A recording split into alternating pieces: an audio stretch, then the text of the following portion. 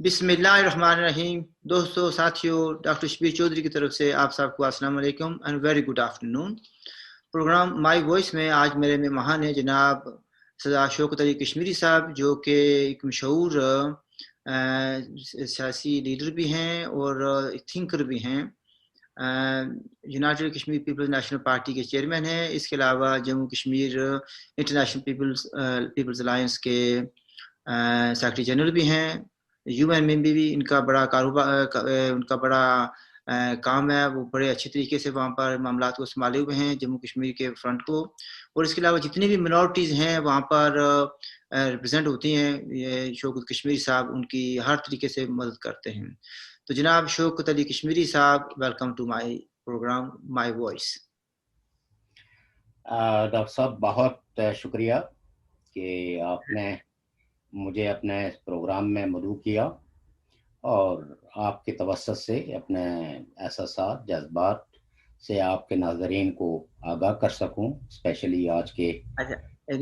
آج کا جناب آپ کو فل جو ہے نا موقع دیا جائے گا. میں اسٹارٹ میں یہ کہنا چاہتا ہوں کہ 14 اور 15 کو پاکستان اور انڈیا نے اپنے اپنے حالات کے مطابق انہوں نے اپنا قومی آزادی کا دن بنایا، اور اس میں ظاہر ہے کہ جموں کشمیر کے لوگوں نے بھی، کچھ لوگوں نے یا کافی لوگوں نے بڑھ چڑھ کر اپنے اپنی سوچ اور اپنے موقف کے مطابق حصہ لیا.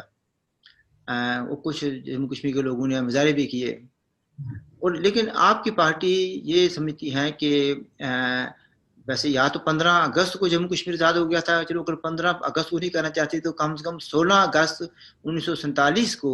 جموں کشمیر بھی ایک آزاد ملک بن گیا تھا. اور اس سلسلے میں آپ نے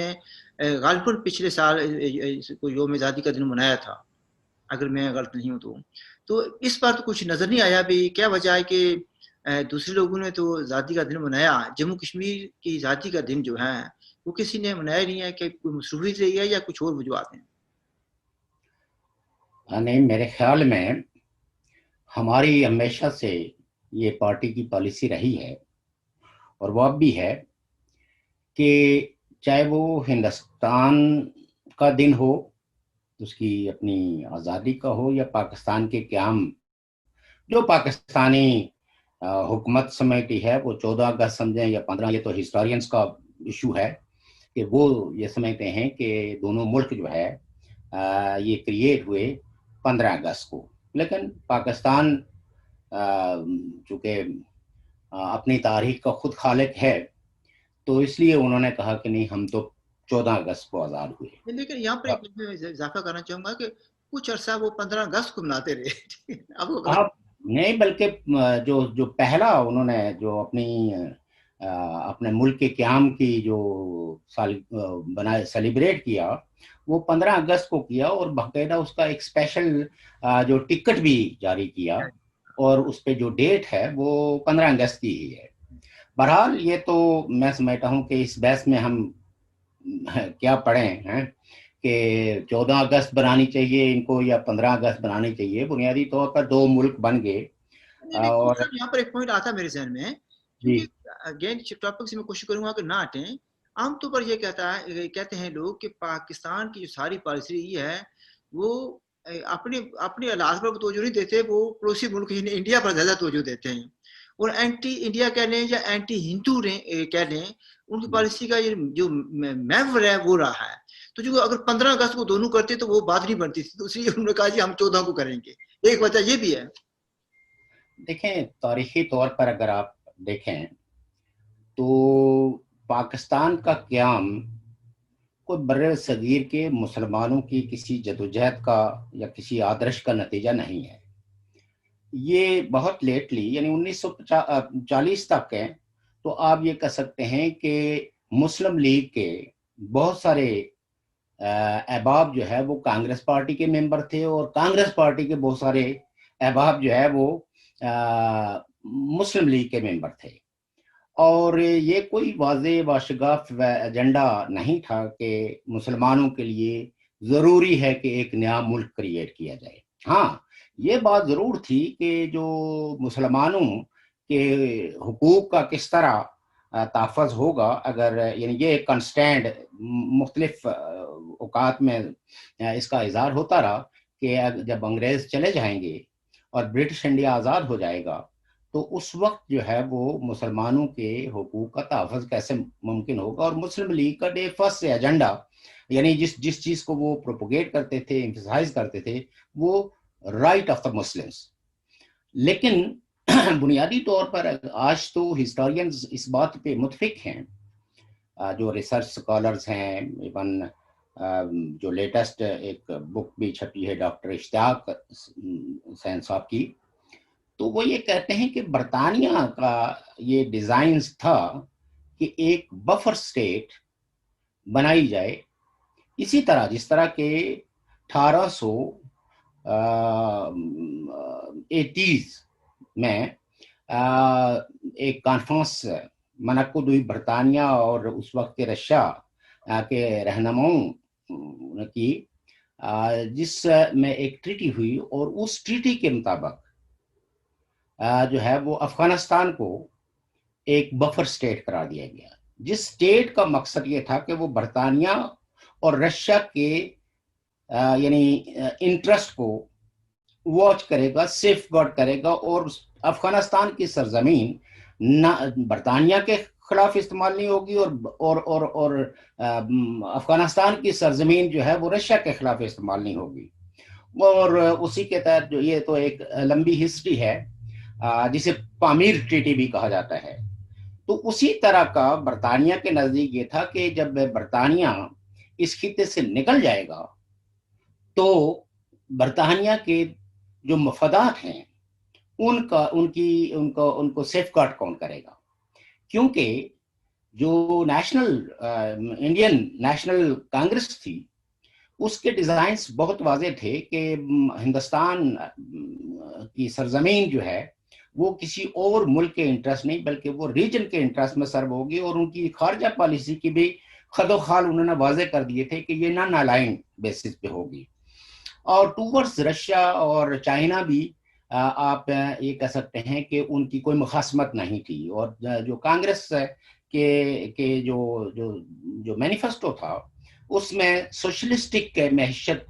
کی اہمیت پہ زور دیا گیا تھا, بلکہ یہ کہا گیا تھا کہ ہم سوشلزم کے ذریعے اپنے جو معاشی ترقی ہے اس کو بروئے کار لائیں گے.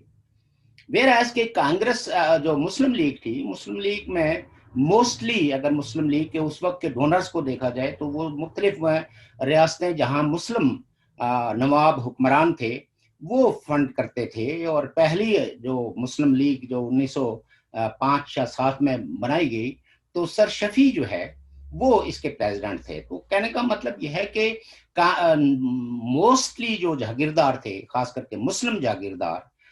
وہ مسلم لیگ کے تھے.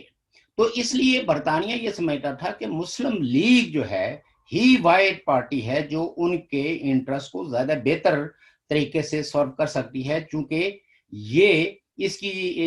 کے مینیفیسٹو کے اندر جو ہے وہ معیشت کے وہ اصول نہیں واضح کیے گئے ہیں جس سے کہ نیا بننے والے ملک کی تعمیر و ترقی کیسے ہوگی, بلکہ اس حوالے سے وہ ایسے ہی جیسے ہماری بہت ساری پارٹیاں کہتی ہیں کہ معیشت پہ کیا بات کرنی, یہ تو آزادی کے بعد کا سوال ہے. لیکن جو پارٹیاں ملک بنانے کی جدوجہد میں ہوتی ہیں وہ تو اپنے خارجہ پالیسی, اپنی داخلہ پالیسی, اپنی معاشی پالیسی, اپنی کلچرل پالیسی, ان ساری چیزوں پہ بہت واضح واشگاف دو ٹوک ہوتی ہے اور ایک ہوم ورک کرتی ہیں. تو اس لیے یہ ہے کہ برطانیہ یہ سمجھتا تھا کہ مسلم لیگ, اور خاص کر کے جیو پولیٹیکلی, تو دو چیزیں, میں بات لمبی ہو رہی ہے, دو باتیں جو ہے انہوں نے اس کے مد نظر تھی پاکستان کے قیام میں. ایک یہ تھا کہ پاکستان کو as a front line state against communism,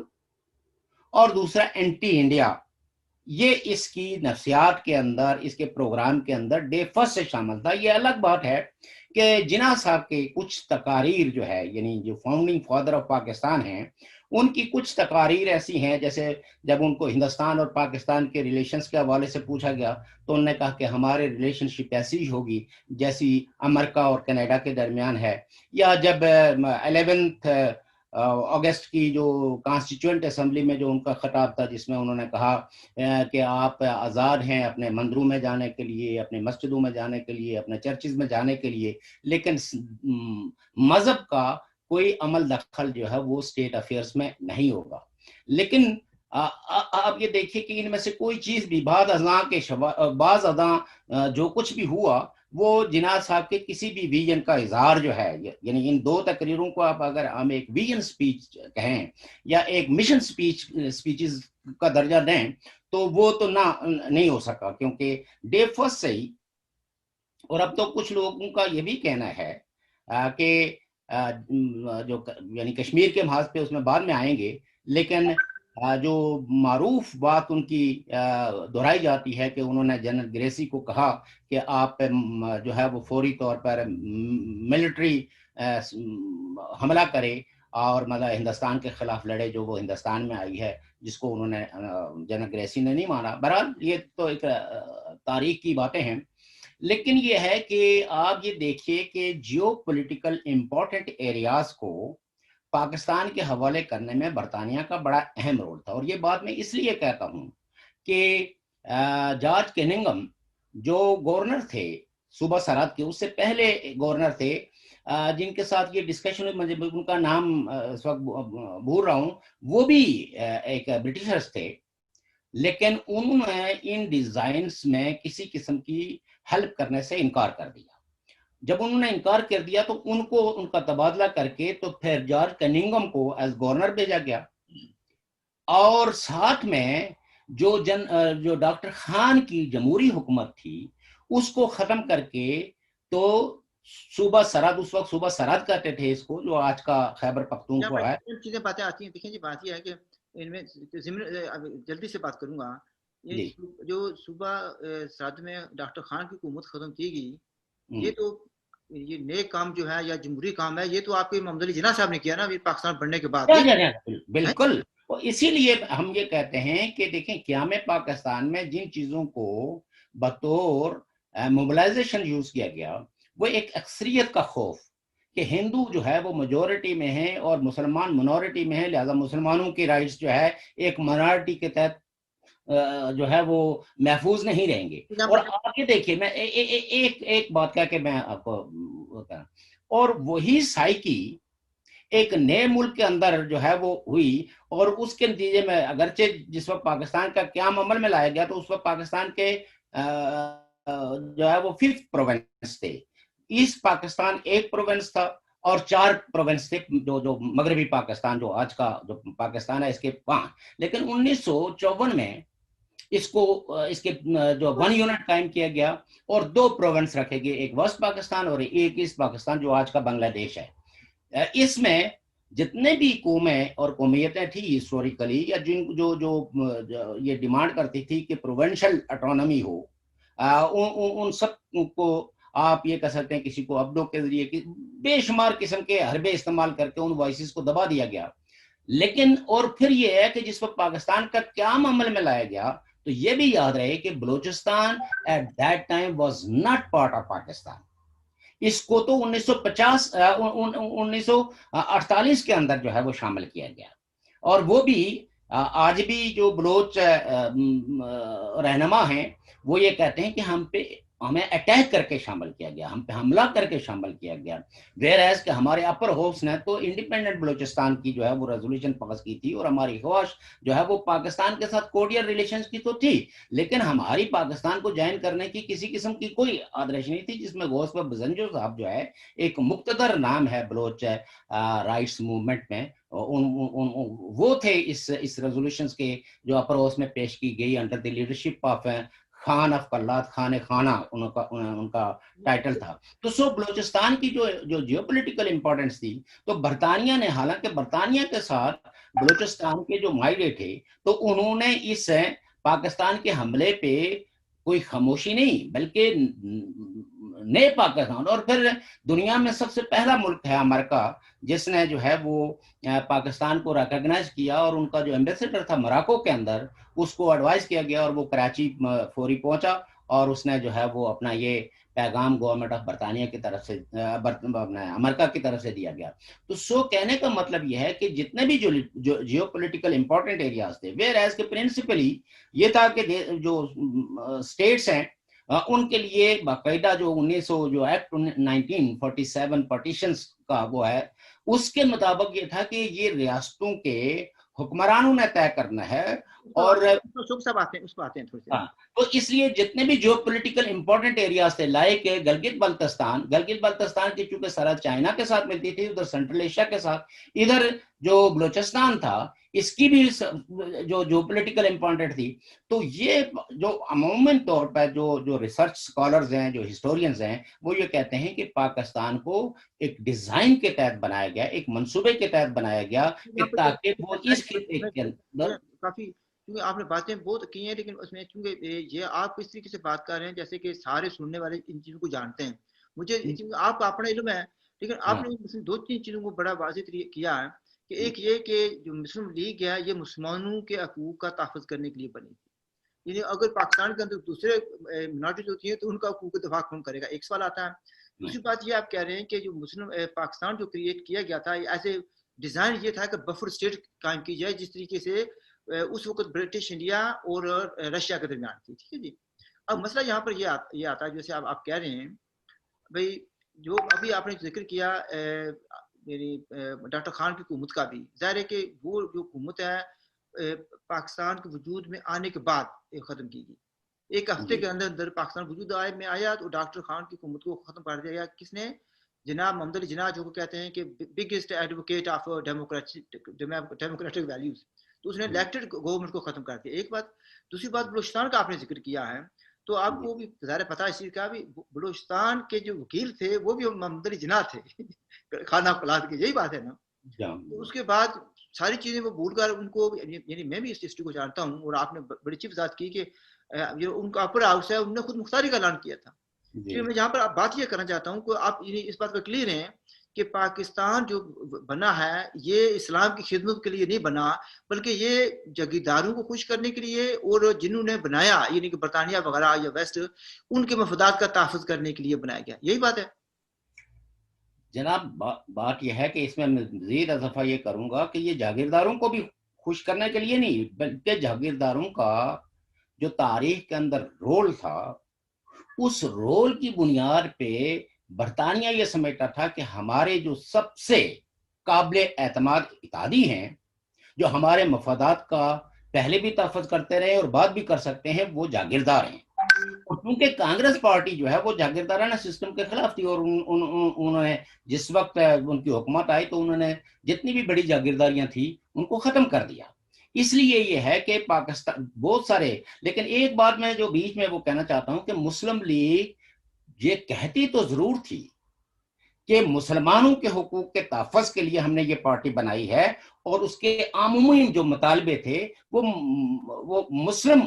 قوم پرستی پہ ہی مبنی تھے. لیکن جن علاقوں کے اندر پاکستان بنا ان میں تو مسلمانوں کو کسی قسم کی کوئی اکثریت کی کوئی تھریٹ موجود نہیں تھی. یہاں تو یہ خود میجورٹی میں تھے. لائک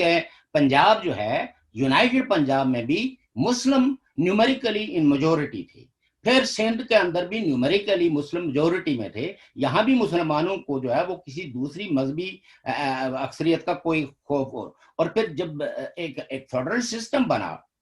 تو آپ یہ دیکھیے کہ جس کانسٹیٹوئنٹ اسمبلی سے جناح صاحب نے خطاب کیا تو اسی کانسٹیٹوئنٹ اسمبلی کا پارٹ اینڈ پارسل تھے پنجاب, خیبر پختونخوا اور یہاں کی جو اسمبلیاں تھیں. لیکن سب سے پہلے جو شب خون مارا گیا وہ خیبر پختونخوا کی اسمبلی پہ مارا گیا اور ڈاکٹر خان کو, چونکہ ڈاکٹر خان کی جو کریڈینشلز تھی وہ سیکولر تھی, ڈیموکریٹک تھی اور وہ اس خطے کے اندر کسی قسم کا, چونکہ ان کا جو family background Khan Abdul Ghaffar Khan کی لیگیسی وہ اس بات پہ مترشح تھے کہ یہاں کسی قسم کا ہم برٹش انفلوئنس جو ہے وہ نہیں چاہیں گے. تو لہٰذا یہ برطانیہ کا اور جناح صاحب کا جوائنٹ وینچرز تھا ٹو ریموو خان. لیکن اگر جناح صاحب کی جو آپ کی بات آپ کہہ رہے ہیں, جناح صاحب کی اگر کوئی ڈیموکریٹک کریڈینشلز ہوتی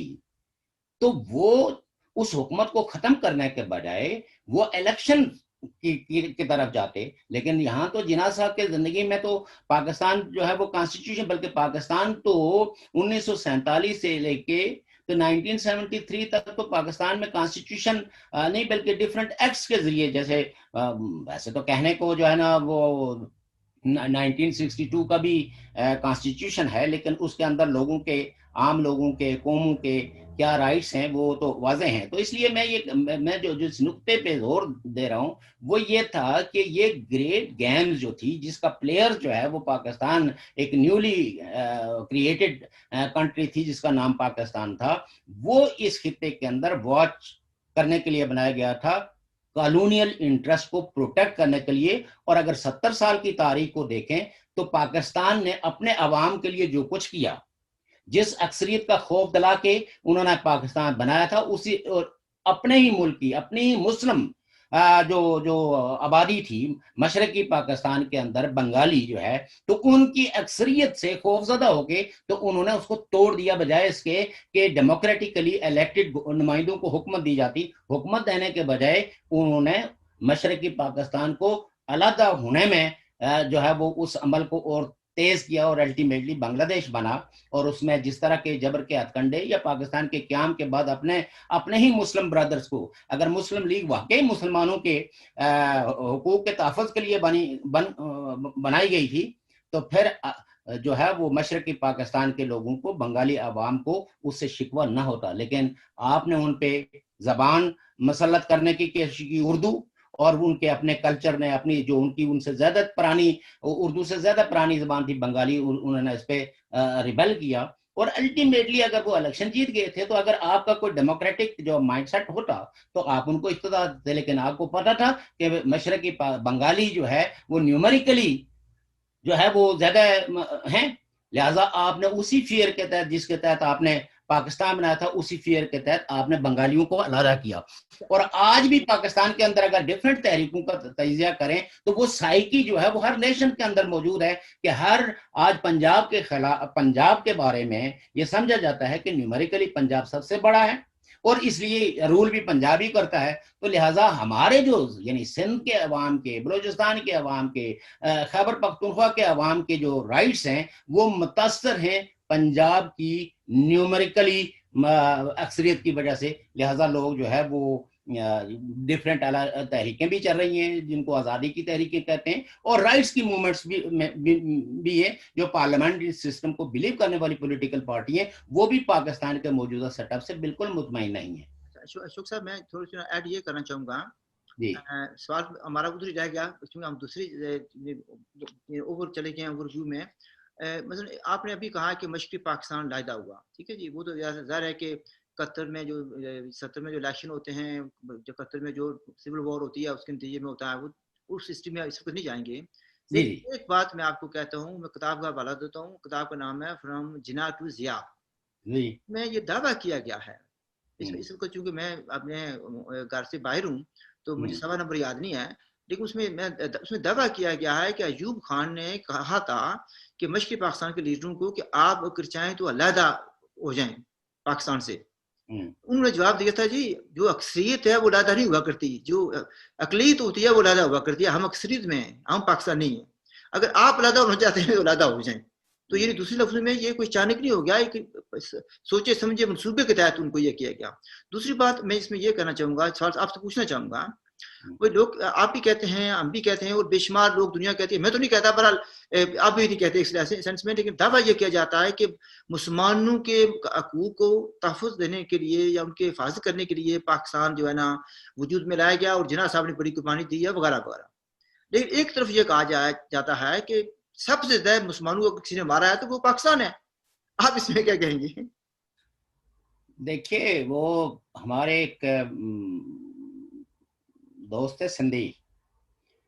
تو وہ یونائٹڈ نیشن نے ہیومن رائٹس کاؤنسل سیشن میں آئے.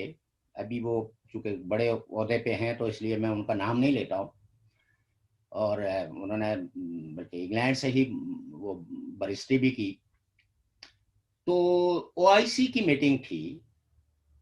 یہ ایک روم میں، اور وہاں اس نے ہاتھ کھڑا کیا، ابھی کانفرنس شروع نہیں ہوئی تھی، تو اس نے کہا کہ جناب یہ جو او آئی سی کی میٹنگ ہے تو میں یہ سمجھا ہوں کہ یہ کوئی مسلمان ممالک کے نمائندوں کا یہ اجلاس ہو رہا ہے. تو پوڈیم سے جواب ملا کہ ہاں یہ مسلمان ملکوں کی. تو اس نے کہا اس میں پھر پاکستان کیوں ہے؟ اچھا، اور ملک انڈیا کو بھی شامل کر لیں اور کسی کو بھی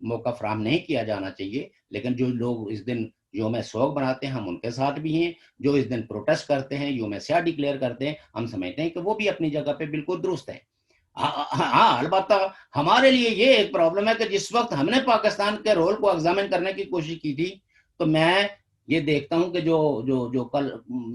جو 14 اگست کو پروٹیسٹ کر رہے تھے, ان میں سے بیشتر لوگ جو ہے وہ اس وقت ہیں اسٹیبلشمنٹ کے یا کہیں نہ کہیں کہنے پہ جو ہے وہ ہمارے خلاف فتوے لگاتے تھے. حالانکہ اس وقت ہم یہ کہتے تھے کہ ہندوستان اور پاکستان کے عوام جو ہیں, ان عوام کے دکھ درد میں ہم برابر کے شریک ہیں. لیکن کشمیر کی ہسٹری کے حوالے سے, کشمیر میں انویژن کے حوالے سے پاکستان کے رول کو ایگزامن کرنا چاہیے. اور یہ ایگزامن کا لفظ جو ہے, اس پہ ہمارے بہت سارے سو کارڈ قوم پرس جو ہے نا وہ بہت زیادہ ہمارے خلاف پروپیگنڈے کیا کرتے تھے. آج بھی one way or the other way ان کے پروپیگنڈے جاری. یہ پاکستان کے بہت سے جو ہے نا لوگ اور کچھ جموں کشمیر کے لوگ بھی یہ کہتے ہیں کہ تقسیم ہند کے تحت ریاست جموں کشمیر جو ہے نا وہ پاکستان کا حصہ بن گئی تھی یا بن جانی چاہیے تھی. اور وہ کہتے ہیں کہ جو آدمی اس موقف کی مخالفت کرتا ہے تو وہ غدار ہے. اور اس وہ دوسرے میں وہ اسلامی امہ کے لیے وہ کام کر رہے ہیں اور اس کی مخالفت کر رہے ہیں, پاکستان امہ کو اکٹھا کر رہا ہے. تو آپ اس بارے میں کیا کہنا چاہیں گے؟ کیا یعنی جو تقسیم ہند ہوئی ہے اس کے مطابق پاکستان یعنی جموں کشمیر آٹومیٹکلی پاکستان کا حصہ بن گیا یا صرف ان کا دعویٰ ہے؟ اس بارے میں کچھ تھوڑی سی وضاحت کر دیں. دیکھیے, جو باؤنڈری کمیشن بنا تو اس نے بنگال کو تقسیم کیا, اس نے پنجاب کو تقسیم کیا, اور یہ جو جو جو جو جو جو تقسیم ہوا, it is known to all کہ یہ تاج برطانوی ہند تقسیم ہوا on the basis of two nation theory. کس کا؟ برٹش انڈیا ہوا آپ کہہ رہے ہیں. برٹش انڈیا جس کو کہتے ہیں, تاج برطانیہ جب میں کہتا ہوں تو وہ یہی ہے, برٹش انڈیا. برٹش انڈیا تقسیم ہوا. اور ریاستوں کے حوالے سے یہ بھی تاریخ کے اندر موجود ہے کہ باقاعدہ کانگریس, مسلم لیگ اور برطانیہ اس بات پہ متفق تھے کہ جو پرنسلی سٹیٹس ہیں ان کے ہیڈ ان ریاستوں کے مستقبل کا فیصلہ کریں گے. وہ چاہیں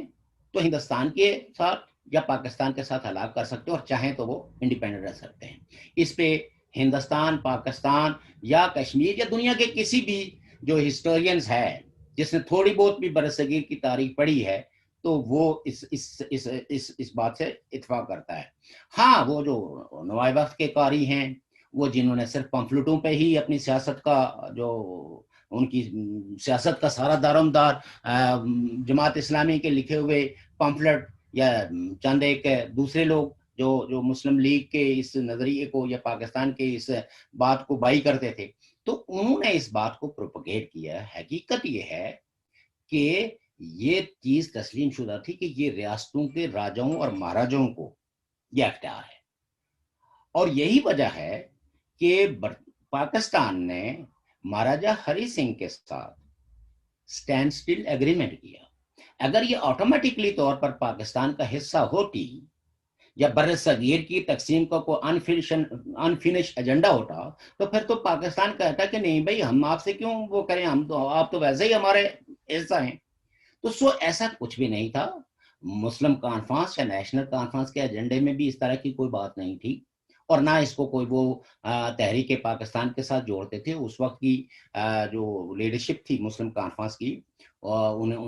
تاریخ میں ان کا بھی یہ الگ بات ہے کہ تقسیم کے بعد کئی لوگوں نے اپنی روزی روٹی کے لیے جو ہے وہ کوئی کسی قرارداد کا سہارا لیتا ہے, کوئی کسی کا. لیکن یہ تو مسلم کانفرنس کی اپنی ورکنگ کمیٹی کا متفق کا ریزولیشنز تھی کہ ہم مہاراجا ہز ہائینس کو ریکویسٹ کرتے ہیں کہ آپ کسی بھی ابہام کا شکار نہ ہوں. ریاست جموں کشمیر جو ہے وہ ایک آزاد اور خود مختار ملک ہے اور ہم آپ کے ساتھ ہیں. یہ تو 18 جولائی کی مسلم کانفرنس کی. نیشنل کانفرنس کی تو پوری ہسٹری اس بات کی ہے, وہ نیا کشمیر موومنٹ ہو یا اس سے پہلے بھی, اور ایک بات میں آپ کے پروگرام کے حوالے سے یہ کہنا چاہتا ہوں کہ یہ غلط طریقے سے پروپیگیٹ کیا گیا کہ نیشنل کانفرنس کو مہاراجا ہری سنگھ کو یعنی اپنے کنگ کو اتار کے کوئی خود کی اقتدار پہ جانا چاہتی تھی. شیخ عبداللہ کی متعدد تقریریں جو ہے وہ اس بات کی گواہ ہیں کہ وہ یہ کہتے تھے کہ ہم اپنے مہاراجا کو اقتدار سے بے دخل نہیں کرنا چاہتے, ہم ان کی جو ریاست بنانے کے حوالے سے اس خاندان کی جو کنٹریبیوشن ہے اس کے ریوارڈ میں ہم ان کو ہمیشہ اقتدار میں رکھنا چاہتے ہیں, لیکن ہم ایک ذمہ دارانہ نظام حکومت چاہتے ہیں جو عوام کے سامنے جواب دہ ہو, جو عوام کے بنیادی سیاسی سماجی اور معاشی مسائل حل کرے. تو سو دیٹ یہ تو میں سمجھتا ہوں کہ رائٹ ونگر پروپیگنڈا ہے جس کا حقیقت سے تاریخ سے کوئی تعلق نہیں ہے, بلکہ تاریخ اس بارے میں بہت واضح ہے کہ یہ کشمیر ہو یا کوئی اور ریاست ہو اس کی اور اگر ایسا ہوتا تو جس وقت جو ہے وہ جوناگڑھ نے حالانکہ پاکستان کیا تو پاکستان نے جوناگڑھ کے وہاں آبادی کو کیوں نہیں دیکھا, وہ تو میجورٹی ہندو میجورٹی تھی, لیکن پاکستان نے فوری طور پر اس کو جو ہے وہ اس علاقے کو ریکگنائز کر لیا. اور اسی طرح جس وقت حیدرآباد نے انڈیپینڈنس کا وہ کیا تو اس کی انڈیپینڈنس کو بھی ایکسیپٹ کر دیا. تو سو یہ تو اب تاریخی حقائق جو لوگ ڈینائل موڈ میں رہتے ہیں تو وہ تو ہمیشہ کچھ نہ کچھ آرگومنٹ کرتے رہتے ہیں جن آرگومنٹس کا نہ سر ہوتا ہے نہ پیر ہوتا ہے. تو یہ تو اس کا برصغیر یعنی جو برطانوی ہند تھا اس کی تقسیم سے ریاست جموں کشمیر کا کوئی تعلق نہیں تھا. ریاست جموں کشمیر ایک سیپریٹ انٹیٹی تھی, ایک ریاست تھی, اور اس ریاست کے حکمران نے اپنے عوام کی مرضی اور خواہشات کے مطابق ہے یا وہ ان کو یہ خالصتاً کانسٹیٹیوشنل اس کی پاور تھی جس میں یہ تینوں پارٹیاں شامل تھی. یہ الگ بات ہے کہ جو کانگریس تھی وہ تو عوام کے رائٹس کی بات کرتی تھی, لیکن بہرحال اتفاق تو اس بات پہ ہوا کہ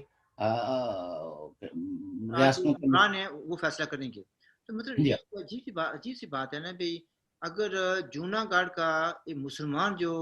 حکمران ہے وہ اپنی اس کی جو اکثریت عوام ہے وہ 82% جو ہے نا وہ نان مسلم تھی, ہندو تھی یا نان مسلم تھی, تو وہ ادا کرتا ہے اور اس پاکستان کے ساتھ جس کے ساتھ اس کا زمینی تعلق بھی نہیں تھا, رابطہ بھی نہیں تھا, وہ تو قبول ہے. لیکن اگر ایک نان مسلم مہاراجا جو ہے وہ ہندوستان سے لا کر لے تو وہ جو ہے نا وہ ہم نے قبول نہیں ہے, اور اس کے لیے 101 جو ہے دلیلیں دیتے ہیں وہ. تو اس کا مطلب یہ صرف ہمیں گمراہ کر رہے ہیں لوگوں کو بھی, تقسیم ہند کے مطابق کشمیر جو ہے پاکستان کا حصہ بن گیا تھا. تو بیسیکلی جو لوگ رائٹ ونگ پر کام کر رہے ہیں یا جن کا کچن کا مسئلہ ہے یہ وہ لوگ ہیں. اچھا اینی مجھے یہ بتائیں, آزاد جس کو آزاد کشمیر کہا جاتا ہے, کچھ پی او کے کہتے ہیں یعنی پاکستانی اوکوپائڈ کشمیر کہتے ہیں, کچھ تھوڑا سا اضافہ کرتے ہیں کہ پاکستانی اوکوپائڈ جموں اینڈ کشمیر پی او جے کے کہتے ہیں, کچھ گلگت بلتستان کہتے ہیں. اچھا تو کیا یہاں پر کوئی خاص موومنٹ نظر نہیں آ رہی کیا یہاں کے لوگوں نے پاکستانی کنٹرول کرنے قبضہ کرنے اس کو قبول کر لیا یا کچھ اور صورتحال ہے؟ دیکھیے دنیا میں بے شمار قومیں ایسی رہی ہیں کہ جہاں موومنٹس کو بنتے ہوئے ٹائم لگتا ہے, اور یہ چونکہ آزاد کشمیر کا یہ خطہ جو ہے اس کی تو اپنی کوئی تاریخی حیثیت نہیں ہے, یہ تو ریاست جموں کشمیر کے مختلف اضلاع اور مختلف تحصیلوں کے یہ حصہ تھے. تو 70 سال کی اس ڈویژن نے ایک سٹرکچر یہاں بلڈ کیا ہے, لیکن آج بھی کمیونیکیشن کے ذرائع جو ہے آپ دیکھیں کہ میرپور کا اور پونچھ کا جو ہے وہ اس طرح کا انہوں نے ڈیزائن کیا ہے کہ آج بھی ہمیں میرپور جانے کے لیے جو ہے وہ اگر کنوینئنٹلی جائیں تو ہمیں وایا راولپنڈی جانا پڑتا ہے, کیونکہ جو ریاست جموں کشمیر کے اندر کوئی بھی ایک شہرہ ایسی نہیں ہے کہ جو اس قابل ہو کہ جہاں آپ فریکوینٹلی سفر کر سکیں.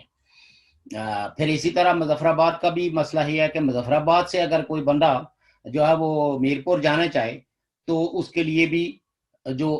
ایزیسٹ وے ہے وہ وایا راولپنڈی ہے. تو سو راولپنڈی کو انہوں نے ہمارے لیے ایک ایسا ہیڈ کوارٹر بنا دیا ہے کہ جس کی وجہ سے گھنٹہ گھر بنا دیا وہاں پر. تو دوسری بات یہ ہے کہ آپ یہ دیکھیں کہ موومنٹس ہیں یہاں بھی مختلف ادوار میں انہوں نے جنم لیا ہے, ایسی بات نہیں ہے, یہاں بڑی پاورفل موومنٹس رہی ہیں. مثلا آپ یہ دیکھیں کہ 1950 میں بھی ایک موومنٹ رہی ہے,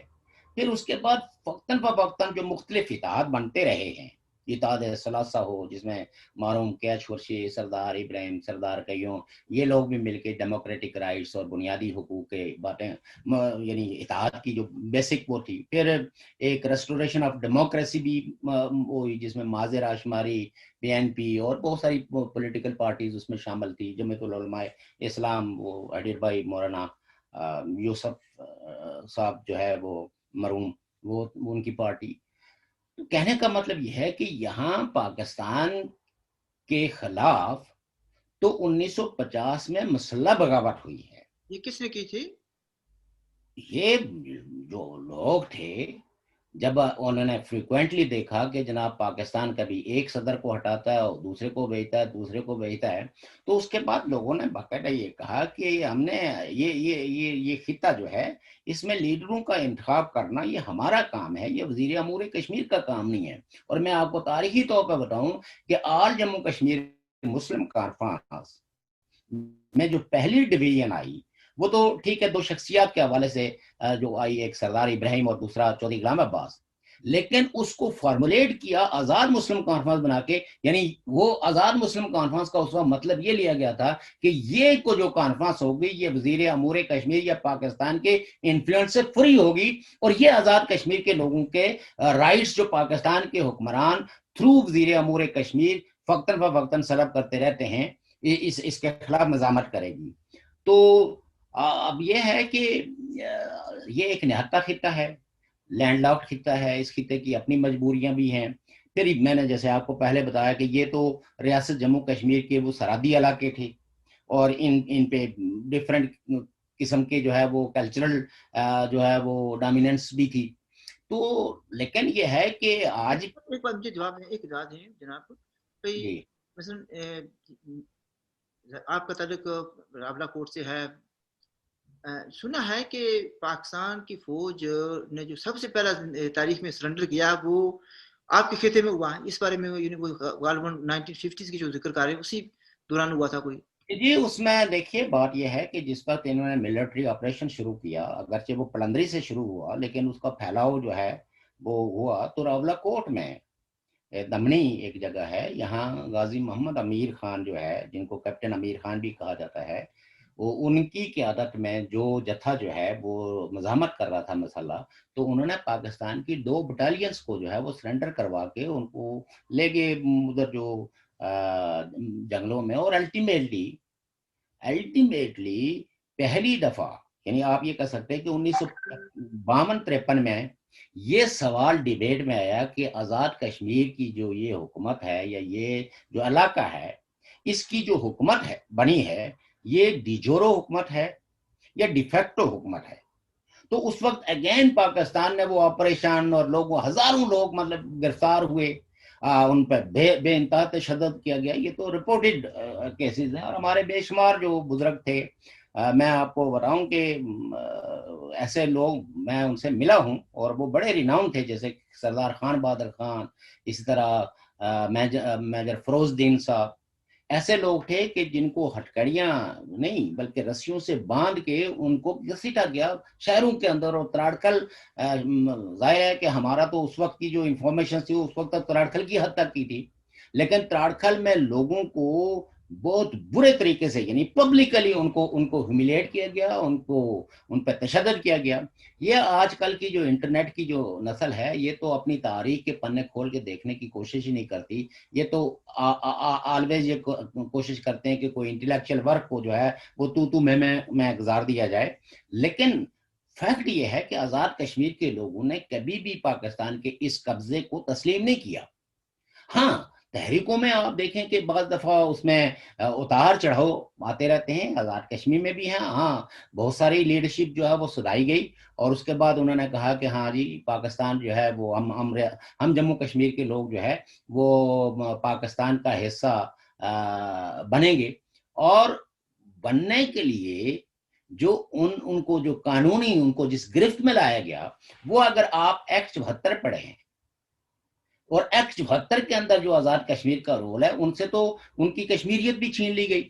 ان سے ان کا وہ مینڈیٹ یا وہ لیڈرشپ بھی ان سے چھین لی گئی کہ وہ پورے ریاست جموں کشمیر کو کلیم کر سکیں. ان کو تو کہا گیا کہ آپ نے صرف اس خطے کے اندر ایڈمنسٹریٹو کچھ پوائنٹ دیے گئے ہیں، اور ساتھ میں ان کو یہ بھی یعنی حتیٰ کہ آزاد کشمیر کا حکمران جو ہے وہ جموں کو تو کلیم ہی نہیں کر سکتا، کیونکہ وہ تو یہ کہتا ہے کہ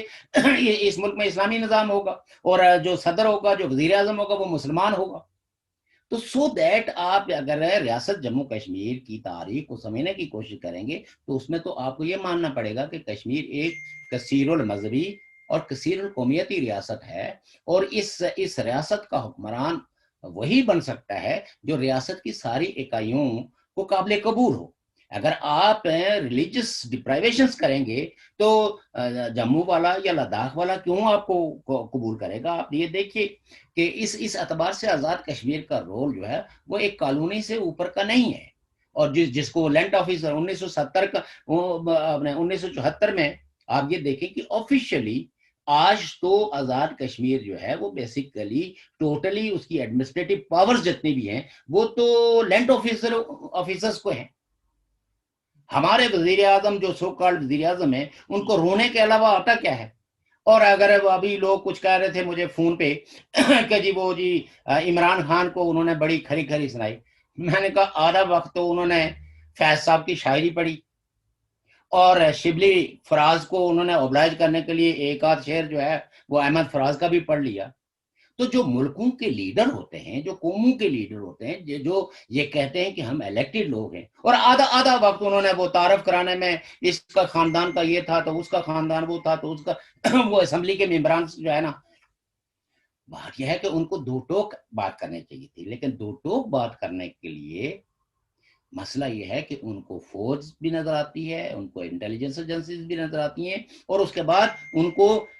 سردار ابراہیم سے لے کے تو معروم کیچ خورشید تک سب کا رول بھی نظر آتا ہے کہ جس کسی نے بھی سچی بات دو ٹوک لفظوں میں بات کرنے کی کوشش کی،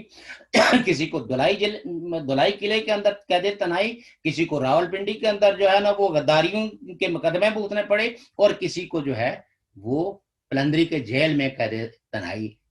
نصیب ہوئی۔ تو سو دیٹ یہ سدھائے ہوئے لوگ ہیں جن کو اب پاکستان نے یہ اطمینان کر لیا ہے کہ یہ سدھائے یہ ہیں، لہٰذا یہ اب کوئی ایسی گستاخی یعنی رائٹس کی بات کرنے کی کوئی ایسی گستاخی نہیں کریں گے جس سے کہ پاکستان کے سوورن انٹرسٹ کیا وہ جو پاکستان کے اپنے صوبے، پاکستان کی اپنی جو پارلیمانی لیڈرشپ جو کچھ پاکستان کی نیشنل اسمبلی میں یا سینٹ میں کہہ سکتی ہے، وہ آزاد کشمیر کی اسمبلی کا نہ تو کوئی ممبر اور نہ ہی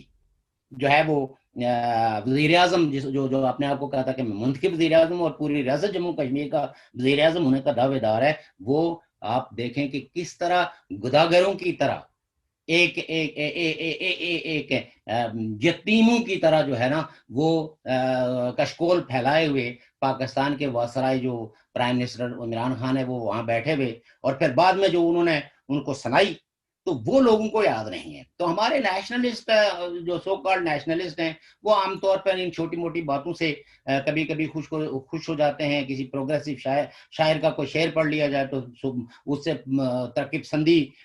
کی علامات تلاش کرنے کی کوشش کرتے ہیں۔ تو so Azad Kashmir is not Azad, Gilgit Baltistan is not Azad, یہ سارے خطے پاکستان نے ان کو، اور یہاں لوگوں کی کوئی سے نہیں ہے، لوگوں سے کوئی پوچھا نہیں جاتا۔ لوگ آپ دیکھیں کہ جو بنیادی حقوق کی بات کرنے والے لوگ ہیں گلگت بلتستان میں، وہ تو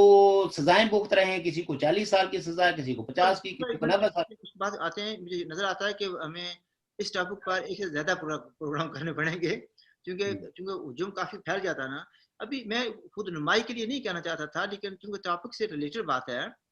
مثلا یہ جو پونچھ ریبیلین کی بات کر رہے ہیں، یعنی وہی جو پاکستان کے خلاف، اس پر میری ایک کتاب بھی ہے، پونچھ ریبیلین اگینسٹ پاکستان۔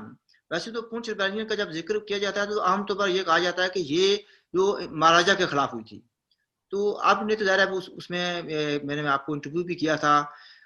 میں اصل میں یہ کہنا یہ چاہتا ہوں کہ اس وقت کچھ لوگوں نے بڑے دعوے سے کہا تھا جی بھائی ہم بھی انٹرویو کریں گے لوگوں کو، اس وقت کے لوگوں کو، اور ہم جو اس پر شائع کریں گے۔ تو آپ کے نالج میں کوئی ایسی بات ہے کہ پونچھ ریبیلین جو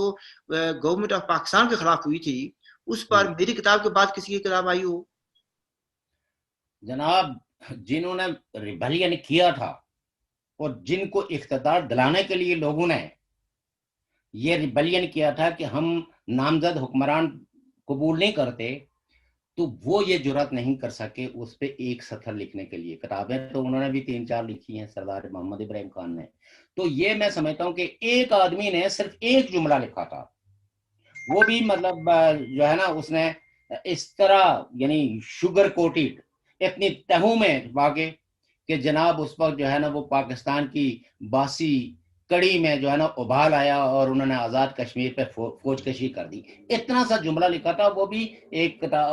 جو آر ایف سدوزئی ہیں انہوں نے سدن قبائل تاریخ لکھی اور اس میں ایک جملہ اس پنچ ریبیلین پہ اتنا جملہ انہوں نے لکھا تھا. تو ظاہر ہے کہ آزاد کشمیر میں نہ صحافت آزاد ہے. دیکھیں آج بھی یہ جو انٹرنیٹ کا دور ہے, یہ بھلا ہو اس دور کا کہ آج کم از کم آپ کو کوئی بھی تاریخی حقائق تلاش کرنے پڑے, تو آپ نے تو ایک گریٹ کنٹریبیوشن کیا کہ چلو آپ نے کمپائل کر کے ایک کتاب جو ہے وہ مارکیٹ میں لائی. ابھی اس میں بے شمار ایسے واقعات ہیں جو اس میں درج نہیں ہیں, اس میں مزید تحقیق کی ضرورت ہے, اس میں مزید اضافوں کی ضرورت ہے. لیکن میں آپ کو یہ بتاؤں کہ 73 ایئرز ہو گئے ہیں, آج بھی آزاد کشمیر میں کوئی ریفرنس لائبریری نہیں ہے کہ آپ ایک اگر اچھا مضمون لکھنا چاہیں تو اس کے لیے ریفرنسز کو آپ کو کوٹ کرنا پڑ جائے. کوئی ریفرنس, ویئر ایز کہ ہمارے کمیونیکیشن کے ذرائع آج بھی اتنے ہی پسماندہ ہیں جتنے 1947 میں تھے. تو ظاہر ہے کہ لوگوں کے آپسی رابطے ایک کامن مارکیٹ لوگوں میں ایک سائیکی بلڈ کرتی ہے. تو پاکستان نے بڑی خوبصورتی کے ساتھ, اس میں تو پاکستان کو داد دینی پڑتی ہے کہ آزاد کشمیر کے لوگوں کے آپسی جو فریکوینٹ رابطے تھے وہ ان کے تمام جو ہے وہ مسدود کر کے رکھ دی ہیں. لہٰذا اگر لوگ ہماری پولیٹیکل پارٹیز بھی جب میٹنگ کرتی ہیں تو راولپنڈی میں ہی کرتی ہیں, چونکہ آزاد کشمیر کے کسی ایک خطے کے اندر بھی اگر کی جائے تو پہلی بات یہ ہے کہ وہاں کمیونیکیشنز کے ذرائع محدود ہیں. یعنی کوئی ٹرانسپورٹ, کوئی ایک بس بھی میرپور سے جو ہے وہ مظفر آباد نہیں جاتی. جو گاڑیاں جاتی ہیں فرض کریں کہ ویگنیں پرائیویٹ گاڑیاں کچھ ہیں تو وہ بھی کسی ایک ڈسٹرکٹ سے دوسرے ڈسٹرکٹ میں, یعنی کوٹلی سے مظفر آباد کے لیے ڈائریکٹ کوئی نہیں ہے, میرپور سے ڈائریکٹ مظفر آباد کے لیے کوئی نہیں ہے, بلکہ آپ کو جو ہے وہ مختلف جگہوں پہ, اور پھر اگر آپ کے پاس اپنی پرائیویٹ گاڑی نہ ہو تو آپ ایک ویگن پہ سفر کرتے ہوئے مظفر آباد جو ہے وہ 24 گھنٹے سے پہلے پہنچ نہیں سکتے, یا بک کرائیں آپ تو پھر کئی 6-7 گھنٹے میں پہنچنا پڑتا ہے. تو اس طرح یہ ہے کہ اس خطے کے لوگوں کی کو دور رکھا گیا کہ ہم آپس میں جو وہ جس کو کہتے ہیں نا کہ قوم بنانے کے لیے سیاسی نقطے پہ لوگوں کو متفق کرنے کے لیے جن نزعی بحثوں کی ضرورت ہوتی ہے, ان بحثوں کے لیے لوگوں کا آپسی ملنا, فریکوینٹ ملنا, ایک دوسرے کے ساتھ دکھ درد شیئر کرنا, یہ تو آزاد کشمیر میں انہوں نے آلموسٹ اس کو جو ہے وہ اس قدر مشکل بنا دیا ہے کہ یہ میرپور میں اگر لوگ کسی مشکل میں ہوں تو وہ خبر اگر پاکستان کا کوئی نیوز پیپر نہیں شائع کرے گا تو راولہ کوٹ میں یا میرپور میں مظفر آباد میں لوگوں کو پتہ بھی نہیں ہوگا کہ میرپور کے اندر کیا ہو رہا ہے. اور جس کی میں حالیہ مثال دوں کہ جب وہاں یہ ارتھ کویک ہوا اور یہ خاص کر کے جو آپ کا وہ جو کینال تھی وہ ٹوٹی اور افضل پور کا پورا ایریا جو ہے وہ ایک طرح کی دلدل بن گیا, تو راولہ کوٹ میں لوگوں کو اور دیگر اضلاع میں اور کوہٹا اور عباس پور میں لوگوں کو 4-5 دن کے بعد وہ بھی جو سوشل میڈیا کے ساتھ ان کی ایکسس تھی اس ایکسس کے ذریعے ان کو جو ہے وہ باقی لوگوں کو بھی خبر ملی. تو اس 21ویں صدی میں بھی ہمارے پاس نہ کوئی ٹی وی, اپنا انڈیجنس ٹی وی نہیں ہے. نیوز پیپر جن کو جو دعویٰ کرتے ہیں کہ ہم کشمیری نیوز پیپر ہیں وہ سارے اسلام آباد میں بیٹھے ہوئے ہیں, اور وہاں کوئی خبر بھی اس وقت تک نہیں چھپتی جب, اور اگر چھپے گی تو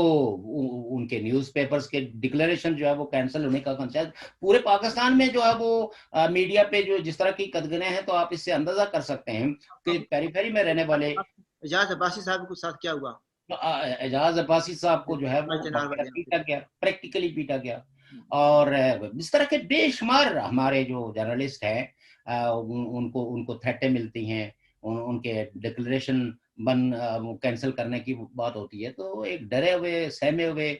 لوگ ہیں جو کبھی کوئی خبر اگر چھاپ دیتے ہیں تو اس سوال میں جو ہے نا رہ گئے ہیں. ایسا کرتے ہیں کہ آپ مجھے ایک بات کا جواب دیتے ہیں تو اس کے بعد اگر آپ پاس ٹائم ہو تو پھر دوبارہ ہمیں بات کرنی پڑے گی اس بار, کیونکہ کافی سے ایشوز رہ گئے ہیں. یعنی آپ پر ایک ایگزام یہ آتا ہے وہ کہتے ہیں کہ آپ نے ایک تو جواب دے دیا تھا کہ جو نا ریاستوں کے حوالے سے کہ ان کا کیا موقف تھا اور پاکستان کا کیا موقف ہے، وہ تو آپ نے اچھے طریقے سے کہہ دیا بھائی جو حکمران تھے انہوں نے فیصلہ کرنا تھا، یعنی تاریخ کو مسخ کرنا چاہتا ہے کوئی تو وہ صرف اپنا منہ کالا کرتا ہے، بیسیکلی وہ تاریخ کو مسخ نہیں کر سکتا. لیکن یہ بتائیں کہ وہ آپ پر یہ کہا جاتا ہے جی بھی کشمیر کی حد تک بات کریں، یعنی جموں کشمیر کی حد تک بات کریں. آپ اکثر یہ کہتے ہیں کہ کشمیر کی حد تک، ان سے مطلب یہ ہوتا ہے کہ وادی کشمیر کی بات کریں. لیکن کہتے ہیں کہ آپ کبھی سندھ کا بھی لے کر آ جاتے ہیں، کبھی بلوچستان کا لے کر آ جاتے ہیں، کبھی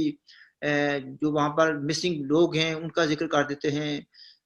کے پی کے میں کیا ہو رہا ہے اس کا بھی ذکر کرتے ہیں. تو وہ کہتے ہیں کہ اس سے ہمیں نقصان پہنچتا، فائدہ نہیں ہوتا. آپ اس میں کیا کہنا چاہیں گے؟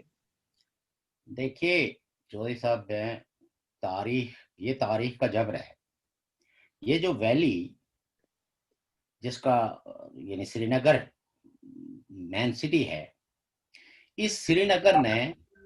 خان عبد الغفار خان کو، عبد الصمد اچکزئی کو اور پورے بر صغیر کی جو ترقی پسند لیڈرشپ تھی اس کو ہوسٹ کیا ہے. اس کا کریکٹر جو ہے وہ بہت انٹرنیشنلزم کا تھا، اور یہاں کی لیڈرشپ جو ہے وہ اسٹیٹس جو پیپلز لیگ تھی اس نے قیادت کی ہے.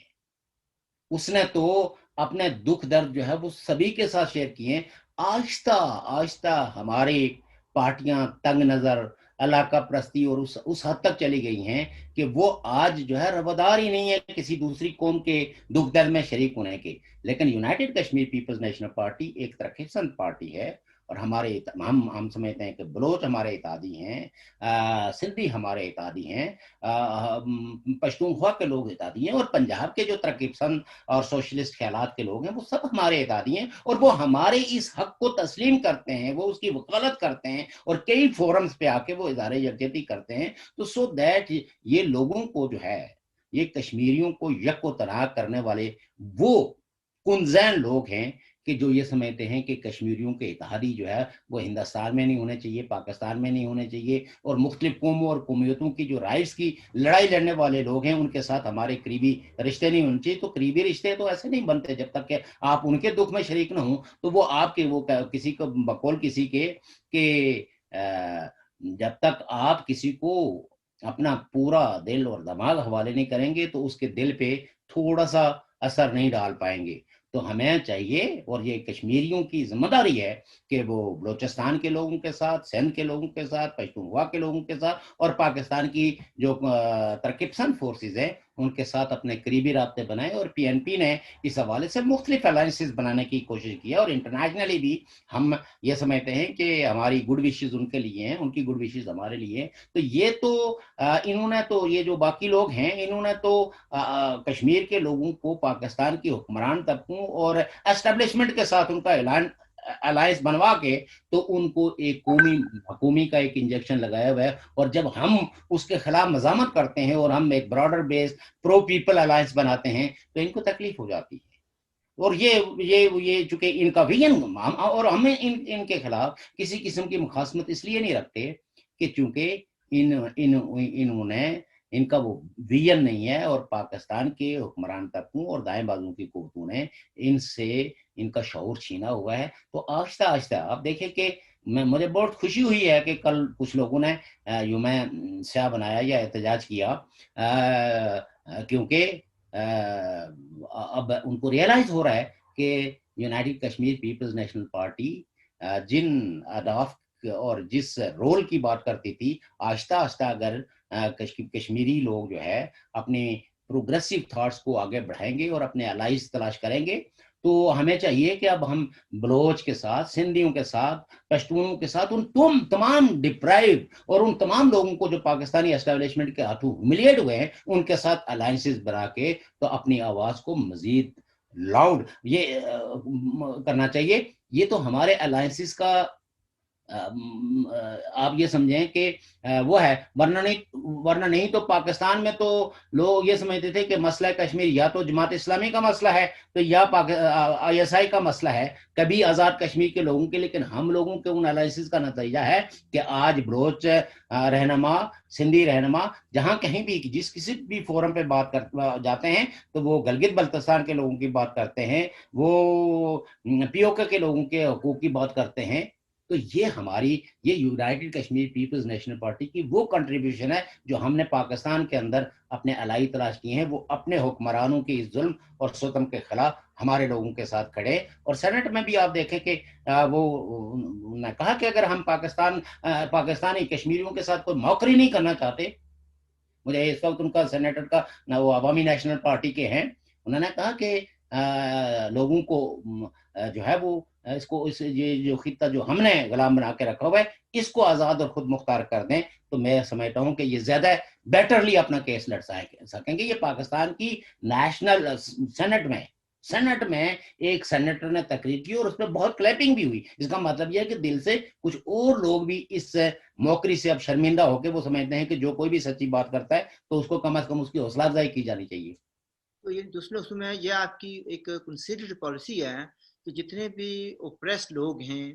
ڈپرائیوڈ لوگ ہیں، یا جن کے ساتھ ناانصافی ہو رہی ہے ان کے ساتھ دوستانہ تعلقات رکھے جائیں، ان کو الائنس میں بیٹھ کر ان کے ساتھ کام کیا جائے تاکہ وہ ہماری بات سمجھیں، ہم ان کی بات کو سمجھیں. اور پھر یہ ہے کہ جو ناانصافی کرنے والی اسٹیبلشمنٹ ہے وہ تو ایک ہی ہے،